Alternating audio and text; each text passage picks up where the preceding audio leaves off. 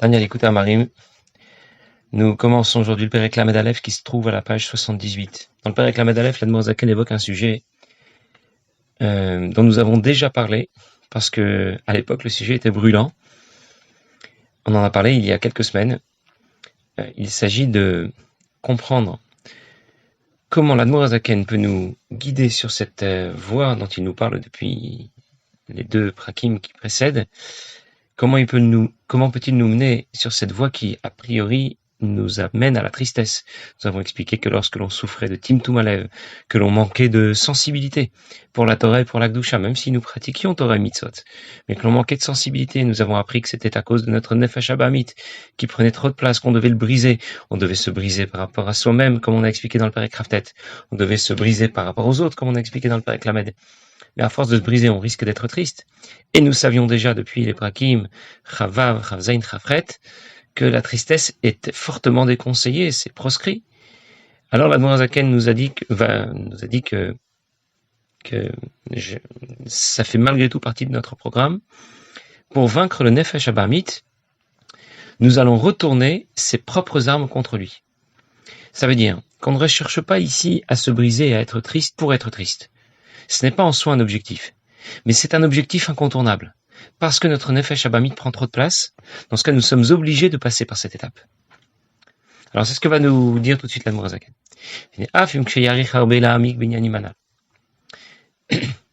Même s'il va beaucoup réfléchir à tout ce que nous avons dit dans les deux prakim précédents, il va se briser, se déconsidérer par rapport à lui, par rapport aux autres. Keshaou Shtayim. Et il va prendre le temps nécessaire pour cela. 1 heure ou 2. Liot min michat ruach velev nishba. Il va ainsi être brisé, être déçu de lui-même. Yavo l'idée atzvut gedola. Alors il va être très triste, parce qu'il va réfléchir sérieusement à tout ce que l'Admor Zaken lui a demandé de penser.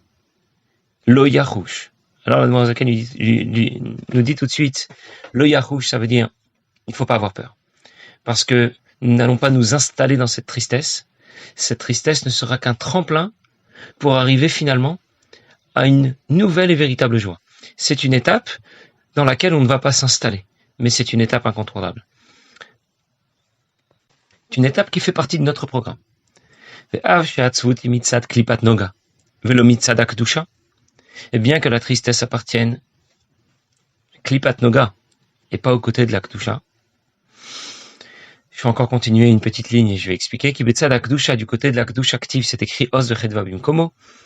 Il n'y a que la joie et l'allégresse, là où se trouve Akadosh Baruch Hu, du côté de la Kedusha, il n'y a que la joie. Ve'eina shrina shora elam itor simcha. Nos maîtres nous disent que la shrina ne peut résider que là où il y a la joie, vechenidvar halacha. Et aussi, en ce qui concerne la halacha, pour pouvoir déterminer la halacha et être bien inspiré, il faut être dans un esprit joyeux et pas dans un esprit triste. Et la shima atzutim, il a dit shmaya miprinatov shebenoga. Si la tristesse appartient aux choses spirituelles, alors cette tristesse elle appartient au côté éclairé des clipotes, que l'on appelle klipat noga, le côté positif de klipat noga. Bien. Je vais reprendre maintenant ce que l'Admor Zaken vient de nous expliquer. Il y a deux sortes de raisons pour lesquelles on pourrait être triste. Quelqu'un pourrait être triste pour des raisons matérielles, parce qu'il aurait des problèmes de santé, de parnassa, de famille. Ou bien il pourrait être triste pour des raisons spirituelles, parce qu'il considère, il réfléchit à toutes les pistes que l'Admor Zaken lui a tracées dans les deux prakim précédents. Je ne vais pas y revenir, mais rapidement, il réfléchit au fait qu'un animal, qu'il est capable du pire, il est capable de désobéir, c'est un criminel en puissance. Regarde un peu à quoi tu rêves, etc. Tout ce que nous avons dit dans le Pérek Raftet. Regarde quelle est ta position par rapport aux autres. Ta tchouva, c'est très bien, mais elle a besoin d'être mise à jour. Bon, je vous renvoie directement aux deux prakim précédents, mais du coup, il devient triste, mais cette fois pour des raisons spirituelles.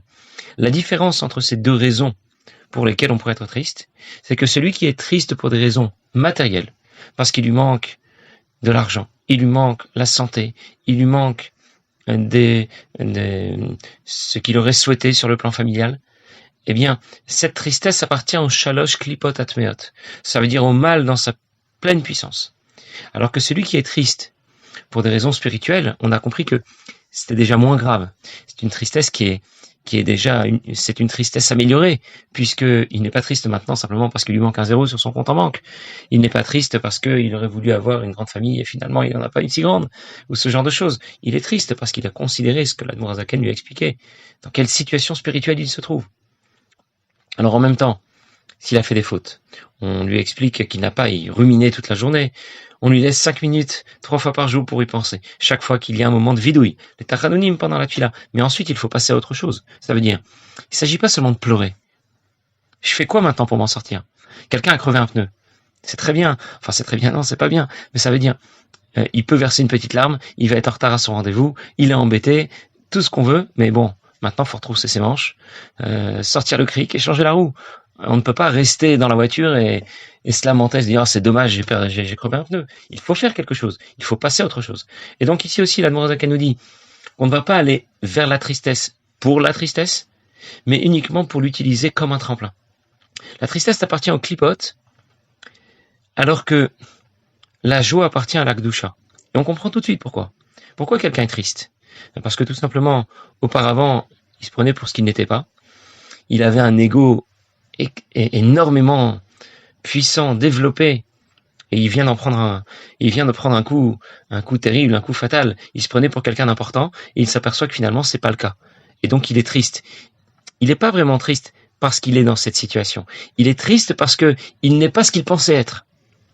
Et ce qu'il pensait être, c'est justement le propre de son nefesh habamit. Et c'est pour ça qu'il est triste. Et c'est pour cette raison que la tristesse est associée à la klipa. Par contre, du côté de la kdusha, quelle est la notion, le concept associé à la kdusha? C'est le bitoul, c'est l'effacement de soi. Mais dans ce cas, si j'ai compris déjà, je me suis déjà remis en place. J'ai compris que j'étais pas celui que je pensais être.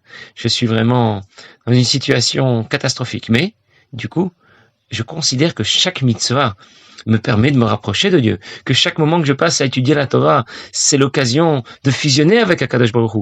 Dans ce cas, je suis dans une grande joie. Chaque mitzvah que j'ai l'occasion d'accomplir, mais pour moi, c'est une bouffée d'oxygène. Je sais que c'est une bouffée d'oxygène, nous allons dire plus tard, pour mon nefesh haelokit, pour mon âme divine.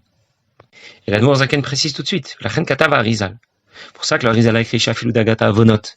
Lorsque quelqu'un commet des fautes, et il se soucie pour cela. Eina Rouya, ki im bishat avidui. On doit y penser, d'accord, mais pas y ruminer, comme je l'ai dit.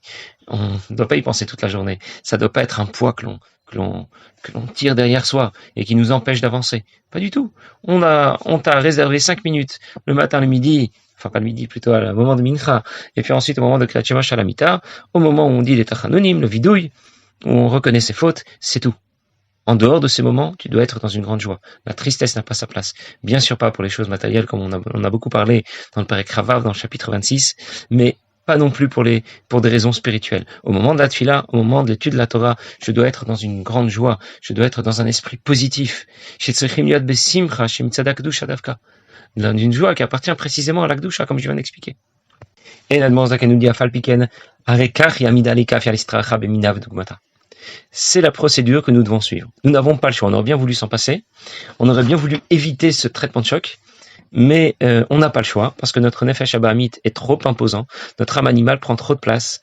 Et c'est elle qui est responsable de notre timtum alev, de cette insensibilité qui accompagne notre pratique des mitzvot, notre étude de la Torah. Et dans ce cas, on n'a pas le choix. C'est l'étape incontournable pour les kafia, les sitra achab et minav dugmata, pour retourner les armes du nefesh habamit de notre Yetzara contre lui-même. Kema Marazal. Et l'Admour Hazaken va citer 2 expressions qui sont tirées de la Gemara et qui nous apprennent que c'est la méthode qui fonctionne lorsque nous parlons de lutter contre notre Nefesh Habamit. Mina, Mineube, Avalesha de Benarga, c'est de la forêt elle-même que l'on va prendre que l'on va prendre le manche de la hache pour pouvoir couper le bois de la forêt. Ça veut dire que lorsque notre bûcheron va utiliser une hache pour couper le bois, couper les arbres de la forêt, il va utiliser une hache qui comporte bien sûr une partie métallique, mais un manche. Et d'où provient ce manche? Eh bien, il est fait en bois, le même bois que celui de la forêt. De la même manière, lorsque nous savons que l'arme de prédilection, l'arme de choix de notre Nefesh Habamit, du Yetzirah, c'est de nous faire sombrer dans la tristesse, nous en avons déjà beaucoup parlé, eh bien, nous savons aussi que la façon de le vaincre, c'est de retourner ses propres armes contre lui. Alors cette expression, on la trouve dans la Gemara, dans Masechet Sanhedrin, Flamet Tête. Là-bas, la Gemara cite le Navi Ovadia. Ovadia est un des Nevim. C'est un livre très court, puisqu'il ne comporte qu'un seul chapitre, quelques dizaines de psukim, si je ne me trompe pas. Et Ovadia va annoncer la destruction du règne de Édom. Édom, c'est le nom qui désigne Rome, l'Europe, l'Occident. Et Ovadia va prophétiser sur la destruction de Édom. La Gemara demande pourquoi c'est Ovadia qui doit prophétiser sur la destruction de ce royaume d'Édom. Et la Gemara répond parce que Ovadia était lui-même un guerre édomie, était lui-même un converti qui appartenait auparavant au peuple d'Édom. Et dans ce cas, c'est de lui-même que nous allons prendre, c'est lui-même qui va venir annoncer la prophétie qui annonce la destruction de Édom. Dans l'esprit dont nous venons de parler, le bois qui forme le manche de la hache vient de la forêt lui-même. Dans le même esprit, eh bien, c'est la tristesse dans laquelle veut nous plonger notre Yetzer Hara, notre Nefesh Abamit, que l'on va retourner contre elle-même, en sachant qu'on ne s'y installera pas, comme je l'ai déjà dit. Ou bien une autre expression, que dit la Gemara, ou Pagabo Kayotsebo, il a rencontré celui qui lui ressemblait. C'est une autre histoire que rapporte la Gemara dans Masechet Shabbat. Rabbi Yehuda Nassi a déclaré après que quelqu'un ait tué un serpent qui se promenait dans le Beth Midrash, un serpent dangereux. Eh bien, il a dit Pagabo Kayotsebo. Ça veut dire que le serpent a rencontré quelqu'un qui était Kayotsebo, qui était aussi virulent que lui. Lui aussi, c'est un serpent. Les deux se sont bien rencontrés. Et c'est pour cela que le passouk déclarait Becholet, sa vie est motard, c'est aussi un passouk que rapportait déjà l'Admor Zaken. Dans la tristesse, il y aura quelque chose de positif. Ce qui vient nous apprendre que la tristesse n'est pas recherchée en soi comme un objectif, c'est une étape qui nous amènera à un autre objectif. Quel est l'objectif? C'est la joie que l'on aura, comme on va l'expliquer plus loin. Qu'est-ce que nous allons expliquer plus loin? L'Admor Zaken va nous expliquer dans la deuxième partie du Perek Lamed Aleph, de notre Perek, bien que c'est vrai, la situation est vraiment pas terrible sur le plan spirituel, mais en même temps, nous allons être capables, lorsque nous allons accomplir une mitzvah, lorsque nous allons étudier un certain temps la Torah, un certain moment la Torah, eh bien nous allons être capables de donner une bouffée d'oxygène à notre nefesh Elokit, de la libérer des contraintes de l'âme animale, et dans ce cas, nous allons être dans une grande joie, comme lorsque quelqu'un voit que son fils vient de sortir de prison, et surtout quand il s'agit du roi qui voit son fils le prince qui sort de prison, alors la joie est indescriptible. C'est ce que l'Admor Zaken va développer davantage dans la deuxième partie du Pérec. Je l'ai juste évoqué parce que l'Admor Zaken l'évoquait tout de suite, mais attention, dit l'Admor Zaken, ce cœur brisé, cette amertume qui provient du fait d'être éloigné d'Akadosh Baruch Hu, et du fait de s'être engagé, impliqué du côté opposé à la Kedusha, eh bien, ils ne sont pas appelés Nikreim Beshematzut Klal B'Lashon HaKodesh. Ça ne s'appelle pas la tristesse, qui Batzut Ishelibu Mutumtam Kaeven Ven Chayut Belibu. La tristesse, c'est lorsque je suis découragé, je ne veux plus rien faire, j'arrête tout, je démissionne. C'est plus la peine alors de faire quoi que ce soit. Ce n'est pas ce dont nous parlons. Nous avons parlé de mrirut, d'amertume. L'amertume est bien différente de la tristesse. On raconte qu'un jour, Rav Jacobson est venu rendre compte au rabbi de la situation des Juifs en Russie. On parle de la situation des Juifs en Russie il y a 30 ou 40 ans, à l'époque où la situation était vraiment terrible, où il était extrêmement difficile de pratiquer Torah et Mitzvot, les Juifs étaient persécutés. Et tout au long du récit que lui a fait le Rav Jacobson, eh bien, le rabbi a beaucoup pleuré. Et l'entretien avec le rabbi s'est prolongé jusqu'aux petites heures du matin, puis le jour s'est levé. Et alors le rabbi s'est dirigé vers la fenêtre. Et lorsqu'il a ouvert la fenêtre et qu'il a regardé un instant le jour se lever, le rabbi a déclaré « Maintenant, c'est une nouvelle journée. Maintenant, il est encore temps d'agir. » Ça veut dire que, à l'opposé de la tristesse, que nous appelons ici Hatzut, qui nous amène à tout arrêter, à ne plus rien faire, à être déprimé, eh bien, nous allons au contraire être dans un esprit de mrirut, d'amertume. Ça veut dire que on est triste, mais en même temps, on veut s'en sortir maintenant. Je fais quoi maintenant pour m'en sortir? Aval merirut valev nishbar adrabay, yesh chayut belibo litpalel l'marmer. Au contraire, lorsqu'il est amer, eh bien, il ne s'arrête pas. Il fait ce qu'il a à faire pour pouvoir s'en sortir. Et c'est pour cela que nous allons dire que la mrirut, l'amertume, appartient à la Kedusha, là où la tristesse, comme nous avons dit, appartient plutôt au klipot. À cette même époque, en Russie soviétique, un jour le Rav Chesiel Fegin, faisait Farbringen avec des bachurim, avec des talmidim, et des élèves, et bien sûr ça devait se faire dans le plus grand secret. Il y avait quelqu'un qui faisait le guet pour prévenir si jamais un policier s'approchait, parce que rigoureusement interdit de faire ce genre de choses. Tous les rites religieux sont rigoureusement interdits. Et pendant que Fegin parlait aux Bachurim, les Bachurim étaient très touchés par le discours de Fegin qui leur parlait de la façon d'avancer dans Avodat Hashem, de la situation où ils se trouvaient. Et même certains ont versé une petite larme. Ils étaient très émus de ce que leur disait leur mashpia. Et puis tout à coup, celui qui montait la garde est venu les voir. Il est venu les prévenir qu'un policier s'approchait et donc il valait mieux être prudent. Alors, immédiatement, un était parti se cacher dans l'armoire, l'autre est parti se cacher sous le lit, sous les couvertures, un autre est parti dans la cave. Chacun a immédiatement réagi. Bien, après quelques minutes, celui qui montait la garde est revenu les voir pour leur dire que le danger était passé. Finalement, le policier ne se dirigeait pas vers l'endroit où il se trouvait, il faisait que passer par là. Très bien. Ensuite, le Farbringen a repris. Fegin s'adressait au Bachurim et il leur a dit: lorsque je vous ai parlé de votre situation, de la situation spirituelle dans laquelle nous nous trouvions, et chacun de vous a versé une petite larme, pourquoi vous n'avez pas agi de la même manière lorsqu'on vous a appris que le policier arrivait? Pourquoi vous n'avez pas pleuré? Il fallait aussi pleurer. Alors un des talmidim qui était là a dit: mais en quoi ça nous aurait aidé de pleurer? On aurait pleuré, et après, ça nous aurait pas aidé. Il fallait agir, il fallait trouver une solution, il fallait se cacher. Alors Fegin leur a dit: eh bien, c'est exactement ce que je voulais entendre. Pleurer, ça ne sert à rien. Ça peut soulager, je veux bien. Mais en soi, le fait de pleurer ne sert à rien. Et les pleurs, les larmes que vous avez versées au moment du Farbringen ne venaient pas du côté de la Kedusha.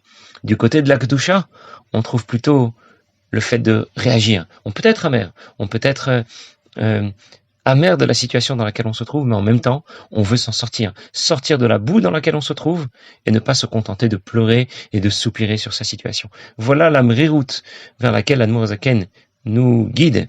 Il souhaite que nous utilisions cette mrirout, et donc non pas la tristesse qui appartient au klipot, mais la mrirout pour pouvoir s'en sortir, la mrirout appartenant donc à la Kedusha. L'Admour Zaken n'a pas terminé le développement qu'il fait ici. Il va d'abord nous expliquer davantage comment